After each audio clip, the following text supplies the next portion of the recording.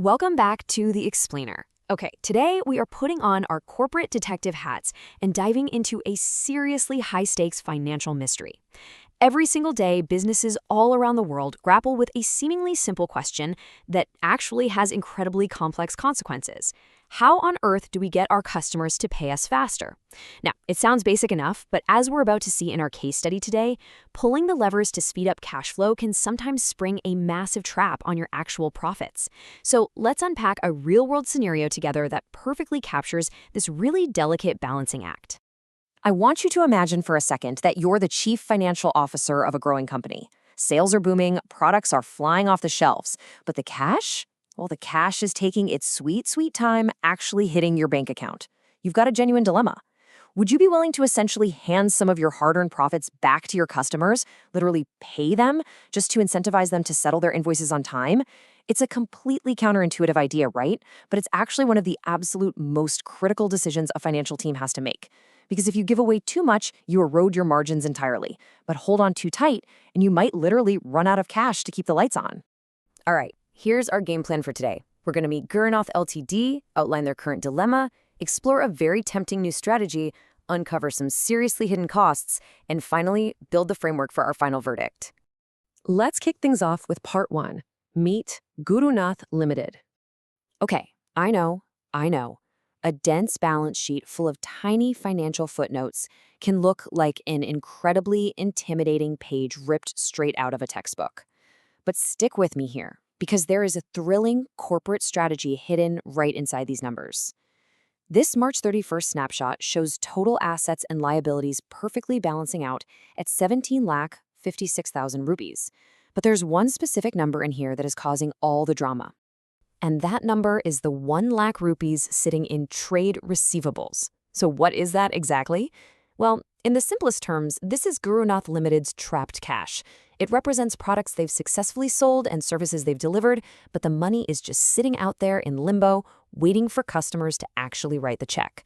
Now, every business on earth has trade receivables, but having too much money stuck in this holding pattern severely restricts a company's ability to invest, grow, or, even pay its own bills. Which brings us right to part 2, the current dilemma. To really understand their current situation, we have to decode a crucial piece of industry jargon buried in their financial notes. Gurunath's existing credit terms are 1/10, net 45 days. Now, if you aren't a credit manager, this probably just looks like a really weird math fraction. But here's the plain English translation. The company is basically telling its customers, look, if you pay us within the first 10 days, we're going to give you a 1% discount on your entire bill. If you don't want to take that discount, no problem at all. But the full undiscounted net amount is completely due in 45 days. So the real key here is understanding how those terms actually play out in the real world. Under this current setup, Gurunath's average collection period is 30 days. That means, on average, they're waiting a full month to see their cash. We also know from the data that exactly half of their customers, 50% in terms of total sales revenue, are taking the bait on that early payment incentive and grabbing the 1% discount. The other half just takes longer. And unfortunately, 1.5% of their total sales turn into what we call bad debts, meaning the customer just entirely defaults, never pays, and the company has to write the whole thing off as a total loss. All right, let's move to part 3, attempting new strategy. In order to speed up this collection process, and crucially, to significantly increase overall sales, management is floating what they call a liberalization of their credit terms. Basically, they want to shift from 110 net 45 to 210 net 45. They are proposing entirely doubling the early payment reward to a 2% discount. The final deadline remains exactly the same at 45 days, but that carrot they're dangling to get paid in 10 days, it just got twice as sweet. And at first glance, the projections for this new strategy look absolutely incredible. By offering this sweeter deal, the sales team expects a huge win, total sales increasing by 1/3. That's a massive 33% jump in top-line revenue just from tweaking a single credit term.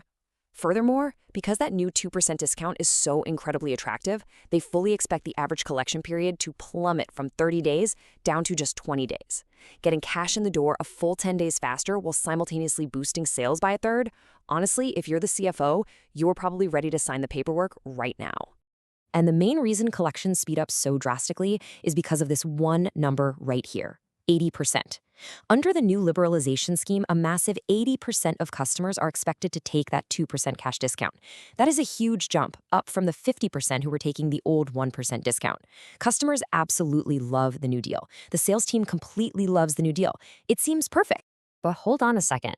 Let's dig into part 4, the hidden costs. Because you know the old saying, in finance, there is absolutely no such thing as a free lunch. Chasing higher, faster sales actually comes with some seriously dangerous strings attached. First off, by loosening those credit terms to drive that 33% sales bump, you are inevitably bringing in some riskier customers. The data explicitly projects that bad debt losses will actually climb from 1.5% to 2% of total sales. So yes, you're selling way more, but a larger percentage of those new buyers are simply going to default. Second, you really have to think about the margin here. 80% of your customers are now going to be paying 2% less for your exact same product. That is a massive, massive chunk of your potential profit margin being handed directly back to the customer. And we also have to factor in the opportunity cost of the money tied up in receivables, which the source explicitly notes is 15%. What does that mean? It means every single rupee that sits out there in an unpaid invoice is actually costing the company 15% in potential investment returns. It's literally like leaving your life savings under a mattress instead of putting it into a high-yield account. They could be using that cash right now to earn interest, buy new equipment, or aggressively pay down debt. Now, when the collection period drops from 30 days to 20 days, the company absolutely saves money here because the cash isn't trapped for nearly as long. But the real question is that savings enough to offset the heavier discounts and the rising bad debts? To make things even more complex, Gurunath Ltd isn't operating in a vacuum. We have to look at their own payment buffers. The credit period allowed by their own suppliers is 60 days. On top of that, general operating expenses are paid 2 months in arrears. This means Gurunath literally doesn't have to pay its own main bills for about 60 days. This cushion is absolutely vital because the company only considers the relevant or variable costs for calculating the opportunity costs on the funds blocked in receivables. They are essentially playing a brilliant timeline game, aggressively collecting from customers in 20 or 30 days while comfortably holding off paying their own suppliers for 60. So let's bring all these pieces together for part 5, the final verdict. We now have all the pieces of the puzzle straight from the company's financial notes. If you were sitting in the CFO's chair right now, here's the exact step-by-step checklist you would use to make this call. Step 1, you have to project the gross profit from that massive 1/3 sales increase, but immediately subtract the heavy cost of giving 80% of your buyers a 2% discount. Step 2, you have to deduct those newly inflated bad debt losses that jump up to 2% of total sales. Step 3, whatever profit is left over has to be taxed at the company's 30% tax rate. And finally, step 4, you have to compare the 15% opportunity cost savings on funds blocked in receivables for 20 days versus 30 days, remembering to base this strictly on variable costs, like stock purchases and operating expenses. Oh, and just to make sure everyone in the finance department is running the exact same formulas without tearing their hair out, the source document gives us these critical standardized time variables. For the sake of the math, we assume exactly 360 days in a year and exactly 30 days in a month. It just radically simplifies the fractions when calculating those daily opportunity costs. Which finally leaves us with the ultimate question posed at the very end of the source document. Should the company actually change its credit terms? It is your absolute classic corporate tug of war. On one hand, you have a thrilling 33% boost in sales and cash arriving 10 days faster.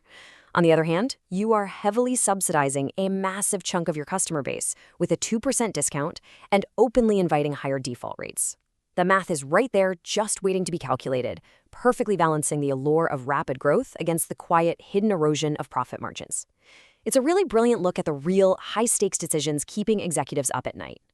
Well, that completely wraps up our explainer for today. Thank you so much for joining us, and as always, keep questioning the numbers.